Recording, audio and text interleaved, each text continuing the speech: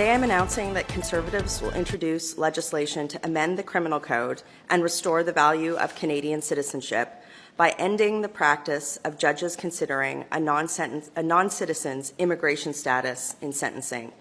Since 2013, a Supreme Court ruling has permitted judges to consider immigration status when sentencing. This has been seen in several recent high-profile cases. For example, a permanent resident received a conditional sentence after being convicted of trying to purchase sexual services from a 15-year-old, as a stronger penalty would have hindered him and his wife from obtaining Canadian citizenship.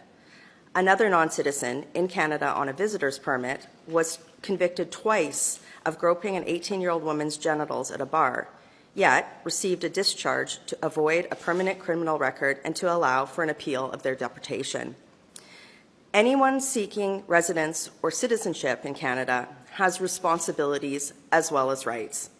When it comes to sentencing non-citizens, Canada has essentially adopted a form of two-tier justice where judges can and have given lighter sentences to individuals who are non-citizens by virtue of this ruling. This offends all principles of fairness that should be foundational to our justice system.